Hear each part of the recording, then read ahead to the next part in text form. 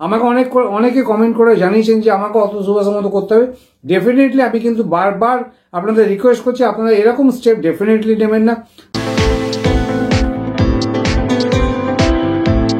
নমস্কার বন্ধুরা, আমি যে আগের ভিডিওটা বানিয়ে দিয়েছিলাম, আপনারা প্রচুর লোকে ভিডিওটা দেখেছেন এবং অনেকেই ভালো ভালো কমেন্ট করেছেন। ডেফিনেটলি তাতে আমি খুশি এবং অনেকেই আমাকে বলেছে কমেন্টে, আপনারা দেখতে পাবেন যে আমাকে হয়তো অতুল সুভাষের মতো করতে হবে।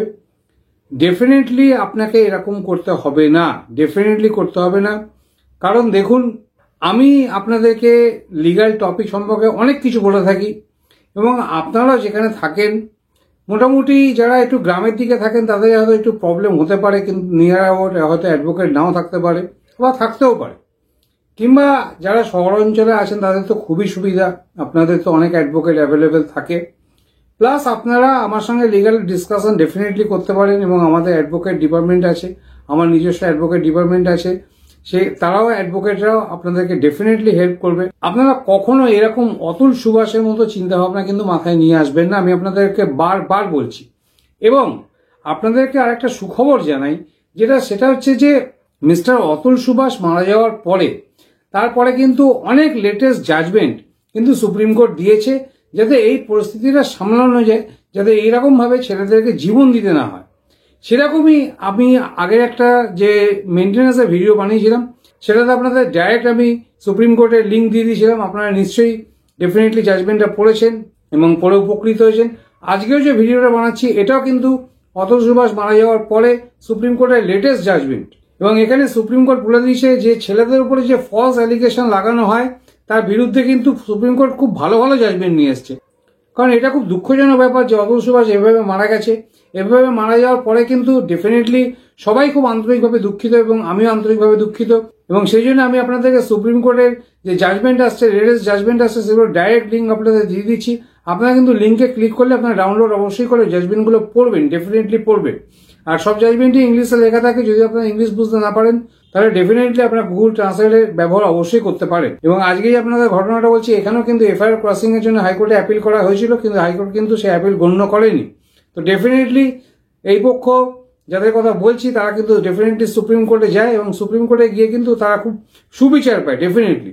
কিন্তু আমি হাইকোর্টকে কখনোই বাজে বলছি না, আমাদের নিজস্ব অ্যাডভোকেটদের আমি দেখি এবং অনেক অ্যাডভোকেট আছে হাইকোর্টে, সেখানে গেলেও কিন্তু হাইকোর্টে কিন্তু ক্রসিং হয়, ডেফিনেটলি ক্রসিং হয়। আপনারা ভাববেন না যে হাইকোর্টে ক্রসিং হয় না, ডেফিনেটলি ক্রসিং হয়। কয়েকটা ক্ষেত্রে হয়তো হাইকোর্ট ক্রসিং করে না, তো ডেফিনেটলি আপনারা সুপ্রিম কোর্টে যেতে পারেন এবং আপনারা আমাকে বলতে পারেন যে স্যার আমরা ডাইরেক্ট সুপ্রিম কোর্টে যেতে পারি, কিন্তু সুপ্রিম কোর্টে গেলে ডেফিনেটলি সুপ্রিম কোর্ট আপনাকে জিজ্ঞাসা করবে যে আপনি কেন আগে হাইকোর্টে যাননি। সুতরাং আপনাকে স্টেপ বাই স্টেপই এগোতে হবে। আপনাকে ফার্স্টে এফআইআর ক্রসিং এর জন্য আপনাকে হাইকোর্টেতে অ্যাপিল করতে হবে। হাইকোর্ট যদি সেরকম ব্যবস্থা না নেয়, যদি ক্রসিং না করে, তো ডেফিনেটলি আপনি কিন্তু সুপ্রিম কোর্টে অবশ্যই যেতে পারেন। সুতরাং আমি আপনাদেরকে একটা কথা বলছি, যদি আপনাদের উপর ফলস অ্যালিগেশন ডেফিনেটলি লাগানো হয়, আপনারা কিন্তু হেরে যাবেন না, আপনারা এইভাবে হেরে যাবেন না। এরকম হেরে গেলে কিন্তু আমি যে আপনাদের ভিডিওগুলো বানাচ্ছি এবং আপনাদের অনেক ভালো ভালো অ্যাডভোকেট আছে, আমার নিজস্ব অনেক ভালো ভালো অ্যাডভোকেট আছে, তাদের কিন্তু চেষ্টাটাই বিফল হয়ে যাবে। সুতরাং আমাকে অনেকে কমেন্ট করে জানিয়েছেন যে আমাকে অতুল সুভাষের মতো করতে হবে। ডেফিনেটলি আমি কিন্তু বারবার আপনাদের রিকোয়েস্ট করছি, আপনারা এরকম স্টেপ ডেফিনেটলি নেবেন না। আজকে যেটা নিয়ে আমি আলোচনা করছি, আজকের জাজমেন্টও কিন্তু আমি ডাইরেক্ট সুপ্রিম কোর্টের লিঙ্ক দিয়ে দেবো ডেসক্রিপশনে, আপনার জাজমেন্টটা ডাউনলোড করে ডেফিনেটলি পড়তে পারেন। এবং দেখুন, আপনি যখনই কোনো রকম স্টেপ নেন, ওয়াইফ কিন্তু তার বিরুদ্ধে ডেফিনেটলি স্টেপ নেবে। ওয়াইফ যে স্টেপ নেবে, আপনি নিজের ওয়াইফকে তো আটকাতে পারবেন না। তিনি যখন তখন থানায় গিয়ে কমপ্লেন করবেন, কমপ্লেন করার পর এফআইআর হবে। কিন্তু অ্যাকচুয়ালি যখন বিএনএস এবং বিএনএসএস এসছে, তখন কিন্তু এফআইআর এর ব্যাপারটা কিন্তু অনেক গাইডলাইন কিন্তু গভর্নমেন্ট দিয়েছে এবং সুপ্রিম কোর্ট দিয়েছে, কিন্তু সেই গাইডলাইন থাকা সত্ত্বেও কিন্তু এফআইআর হয়ে যাওয়ার পরে আপনাকে কিন্তু অনেক অনেক অনেক রকম ঝামেলা আপনাকে পোহাতে হয়। এটা কিন্তু আমাদের স্বীকার করে নিতেই হবে। সুতরাং এফআইআর হয়ে গেলে এত ঘাবড়ানোর কিছু নেই, ডেফিনেটলি এত ঘাবড়ানোর কিছু নেই। আপনি কোনো অ্যাডভোকেটের ডেফিনেটলি হেল্প নিতে পারেন, আমাদের অ্যাডভোকেট গ্রুপে হেল্প নিতে পারেন, আমার সঙ্গে লিগাল ডিসকাশন করতে পারেন। সুতরাং উপায় কিন্তু ডেফিনেটলি বেরোবে যদি অ্যালিগেশন ফলস হয়।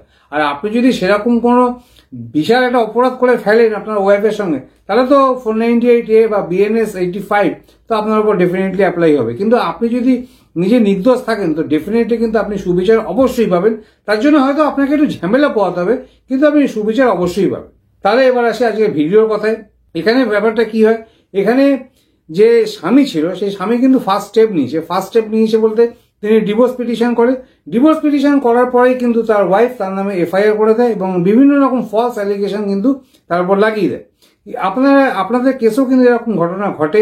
সুতরাং আপনাদের কেস যদি এরকম এই ঘটনার সঙ্গে মিলে যায় তো ডেফিনেটলি কিন্তু আপনারা এই জাজমেন্টটা ইউজ করতে পারেন। আপনারা যখন কোনো স্টেপ নেন, ধরুন আপনি যদি ডিভোর্স কেস করে দেন কিংবা আপনি যদি কোনো লেটার পাঠান বা আপনি কোনো যদি মিটিং করেন, তখনই কিন্তু আপনার বিপক্ষে আপনার ওয়াইফ কিন্তু ডেফিনেটলি এফআইআর করে দেয়, কমপ্লেন করে দেয়, তারপরে কিন্তু এফআইআর হয় এবং এফআইআর হলেই কিন্তু তখনই আপনার কিন্তু কোর্টে দৌড়াদৌড়ি ডেফিনেটলি করতে হবে। কিন্তু যদি ফলস অ্যালিগেশন থাকে তো ডেফিনেটলি কিন্তু আপনার যে এফআইআর আছে সেটা কিন্তু অবশ্যই ক্রসিং হবে।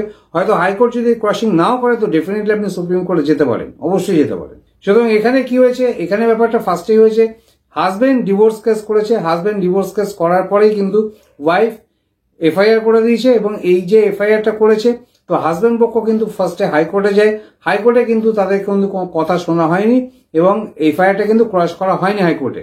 কিন্তু এখানে হাজবেন্ড পক্ষ কিন্তু হেরে যায়নি, হাজবেন্ড পক্ষ কিন্তু ডাইরেক্টলি সুপ্রিম কোর্টে যায় তখন হাইকোর্টের পরে এবং সুপ্রিম কোর্ট থেকে কিন্তু ভালো বিচারই তিনি পেয়েছেন এবং সুপ্রিম কোর্ট এখানে খুব গভীরভাবে জিনিসটা দেখেন। আমি আপনাকে আগেই বললাম যে মিস্টার অতুল সুভাষ মারা যাওয়ার পরে কিন্তু সুপ্রিম কোর্ট কিন্তু অনেকগুলো গাইডলাইন, অনেক জাজমেন্ট, লেটেস্ট জাজমেন্ট সব নিয়ে আসছে, সেগুলো আমি আপনাদের দিয়ে দিচ্ছি। এখানে যে ঘটনাটা ঘটে সেটা হচ্ছে সুপ্রিম কোর্ট কিন্তু এই ব্যাপারটা খুব গভীরভাবে দেখে। গভীরভাবে দেখে সুপ্রিম কোর্ট যেটা পায় এখানে সেটা আমি আপনাদেরকে বলছি। মেনলি 3টে পয়েন্ট সুপ্রিম কোর্ট এখানে আলোচনা করেছে এবং সেগুলো আপনারা জাজমেন্ট যখন ডাউনলোড করবেন আপনারা পড়তেও পারেন। এবার আমি আপনাকে বলছি যে সুপ্রিম কোর্ট কি কি ব্যাপার এখানে কিন্তু মেনলি লক্ষ্য করেছে। এখানে সুপ্রিম কোর্ট যেটা লক্ষ্য করেছে সেটা হচ্ছে যে হাজবেন্ড যখনই ডিভোর্স ফাইল করে তখনই কিন্তু তারপরেই কিন্তু যিনি ওয়াইফ থাকে তিনি কিন্তু তার এগেস্টে ফলস অ্যালিগেশন লাগিয়ে এফআইআরটা করেছে। সুতরাং এখানে কিন্তু ওয়াইফের ইন্টেনশনটা ক্লিয়ার হয়ে গেল। ওয়াইফ কিন্তু আগে কোনো স্টেপ নেয়নি, কিন্তু যেই হাজবেন্ড ডিভোর্স কেস ফাইল করেছে তখনই কিন্তু তার উপরে কাউন্টার কেস কিন্তু ওয়াইফ করে দিয়েছে। সুতরাং এখান থেকে কিন্তু ওয়াইফের ইন্টেনশনটা কিন্তু ক্লিয়ার বোঝা যাচ্ছে যে তিনি কাউন্টার কেস করার জন্যই কিন্তু তিনি এই এফআইআরটা করেছেন। এটা কিন্তু সুপ্রিম কোর্ট লক্ষ্য করে। এবং দ্বিতীয় ব্যাপার সেটা হচ্ছে সুপ্রিম কোর্ট ভালোভাবে বিশ্লেষণ করে যেটা পেয়েছে যে ওয়াইফ যেখানে অ্যালিগেশন গুলো লাগিয়েছে সেই অ্যালিগেশন গুলো কিন্তু বেসলেস। এখানে ওয়াইফ যেটা বলেছে তার সঙ্গে মারপিট করা হয়েছে, তার কাছ থেকে ডাউরি ডিমান্ড করা হয়েছে এবং তার সঙ্গে কোয়ালিটি করা হয়েছে, এই যে কেসগুলো হাজবেন্ডের উপরে ওয়াইফ লাগিয়েছে এগুলো কিন্তু বেসলেস। কারণ এখানে কিন্তু কখন ঘটনা ঘটেছে, কে ঘটনা ঘটিয়েছে এগুলো কিন্তু কিছুই স্পেসিফিক ভাবে লেখা নেই যে কে তার সঙ্গে খারাপ ব্যবহার করেছে, কিভাবে খারাপ ব্যবহার করেছে, এগুলো স্পেসিফিক ভাবে কিছু ডিটেলস এখানে লেখা নেই। কিন্তু এই অ্যালিগেশন গুলো কিন্তু স্বামীর উপরে চাপানো হয়েছে এবং স্বামীর পরিবারের উপরেও চাপানো হয়েছে। এই হচ্ছে ঘটনা। এবং ওয়াইফের উপরে যে ক্রুয়েলটি হয়েছে, এই ক্রুয়েলটি কথাটার মানে কিন্তু অনেকেই আপনারা বোঝেন না। ক্রুয়েলটি কথার ব্যাপারটা হচ্ছে যে আপনার সঙ্গে নিষ্ঠুরতা করা কিংবা আপনার সঙ্গে প্রচন্ড অবিচার এবং অন্যায় করা, অত্যাচার করা। কিন্তু এইগুলো 498A এবং যেটা এখন BNS 85 হয়েছে সেখানে কিন্তু আসার কিন্তু উপযুক্ত হতে হবে। সুতরাং আপনি কিন্তু যে অ্যালিগেশন গুলো দিচ্ছেন সেগুলো কিন্তু স্পেসিফিক হতে হবে। সুতরাং এখানে কিন্তু সুপ্রিম কোর্ট কোন রকম স্পেসিফিক অ্যালিগেশন কারোর উপর কিন্তু পায়নি এবং ঘটনাটা কবে হয়েছে, কোথায় হয়েছে, কিভাবে হয়েছে কোন রকম তথ্য কিন্তু সুপ্রিম কোর্ট পায়নি। সুতরাং এখানে কিন্তু যে এফআইআর করা হয়েছে সেখানে কিন্তু কন্টেন্টেই কিন্তু সুপ্রিম কোর্ট ভুল পেয়েছে। সুতরাং এটা গেল 2 নম্বর পয়েন্ট। 3 নম্বর পয়েন্টে কিন্তু খুবই কমন পয়েন্ট হচ্ছে যে স্বামী তো স্ত্রীর সঙ্গে থাকে ঠিক আছে, কিন্তু শ্বশুর শাশুড়ি যদি অন্য জায়গায় থাকে এবং স্বামীর যারা রিলেটিভ আছে, স্বামীর ধরুন কোনো ভাই আছে বা বোন আছে, সেটা তো স্বামীর থেকে অন্য শহরে থাকে বা অন্য রাজ্যে থাকে বা অন্য জেলায় থাকে, অনেক দূরে থাকে। তারা যে অন্যায় করবে, শ্বশুর শাশুড়ি অনেক দূরে থাকে, তারা যে অন্যায় করবে, যারা ভাই বোন আছে তারা যে অন্যায় করবে, তারা এই 498A বা BNS 85 মধ্যে যে অপরাধ তারা দূর থেকে করবে কিভাবে? এটা তো সম্পূর্ণ মিথ্যা যে তারা দূরে থেকে তারা এরকম দোষটা করবে কিভাবে। আপনারা নিজেরাই যুক্তি দিয়ে চিন্তা করুন। সুতরাং সুপ্রিম কোর্টে কিন্তু এই ব্যাপারটা নিয়ে খুব গভীরভাবে আলোচনা করেছে যে যারা দূরে আছে তারা এরকম BNS 85 বা 498 মতো ঘটনা কিভাবে ঘটাবে। সুতরাং আপনারা বুঝতে পারছেন সুপ্রিম কোর্টের যা অ্যাসপেক্ট, যা লক্ষ্য, সেগুলো আমি আপনাদেরকে পরিষ্কারভাবে বোঝাতে পারলাম। এবং আমি আপনাদের জন্য সুবিধার জন্য সুপ্রিম কোর্টের ডাইরেক্ট লিঙ্ক আমি ডেসক্রিপশনে দিয়ে দিয়েছি, সেখান থেকে আপনারা কিন্তু ডাউনলোড করে অবশ্যই আপনাদের কেসের সঙ্গে যদি এটা মেলে তো ডেফিনেটলি আপনারা কিন্তু জাজমেন্টটা অবশ্যই ইউজ করতে পারেন, ডেফিনেটলি ইউজ করতে পারেন। সুতরাং লাস্ট পর্যন্ত সুপ্রিম কোর্ট কিন্তু বলে যে এরকম এফআইআর চলবে না এবং সুপ্রিম কোর্ট থেকে কিন্তু এফআইআরটা একদম ক্র্যাশিং করে দেওয়া হয়, একদম পুরো খারিজ করে দেওয়া হয়, পুরো ক্র্যাশিং করে দেওয়া হয়। সুতরাং আপনারা দেখতে পেলেন যে আপনারা নিম্ন কোর্টে বা হাইকোর্টে যদি আপনারা সুবিচার না পান, ডেফিনেটলি আপনারা আরো হায়ার লেভেল কোর্টে, সুপ্রিম কোর্টে গিয়ে ডেফিনেটলি আপনারা কিন্তু সুবিচার অবশ্যই পাবেন। যদি আপনার উপরে এরকম ফলস অ্যালিগেশন লাগানো হয় তো ডেফিনেটলি কিন্তু আপনার রেহাই পাওয়ার অবশ্যই কিন্তু উপায় আছে। সুতরাং আমি আপনাদের কাছে রিকোয়েস্ট করছি, আমি আপনাদেরকে হেল্প করছি, আমি আপনাদের জন্য ভিডিও বানিয়ে দিচ্ছি, আমি আপনাদেরকে জাজমেন্ট দিয়ে দিচ্ছি।